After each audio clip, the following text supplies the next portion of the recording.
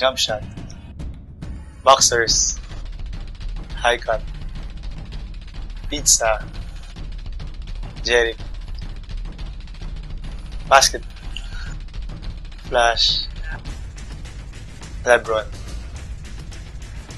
pass, Shinita, man to man, winning shot,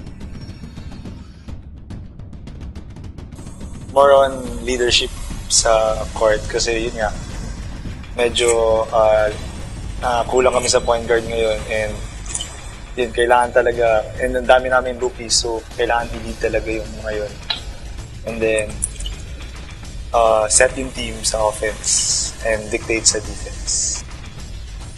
Mahirap i-balance eh. As in, minsan wala nang time for, mas marami pa yung time ko sa like mga teammates ko kaysa sa family kasi everyday kami. So, yung kahit nung ma-break namin, ganyan, ginagrab ko talaga yung opportunity para makasama sila kahit sandali lang. So, yun. Saka sa studies, kailangan marunong ka mag-balance.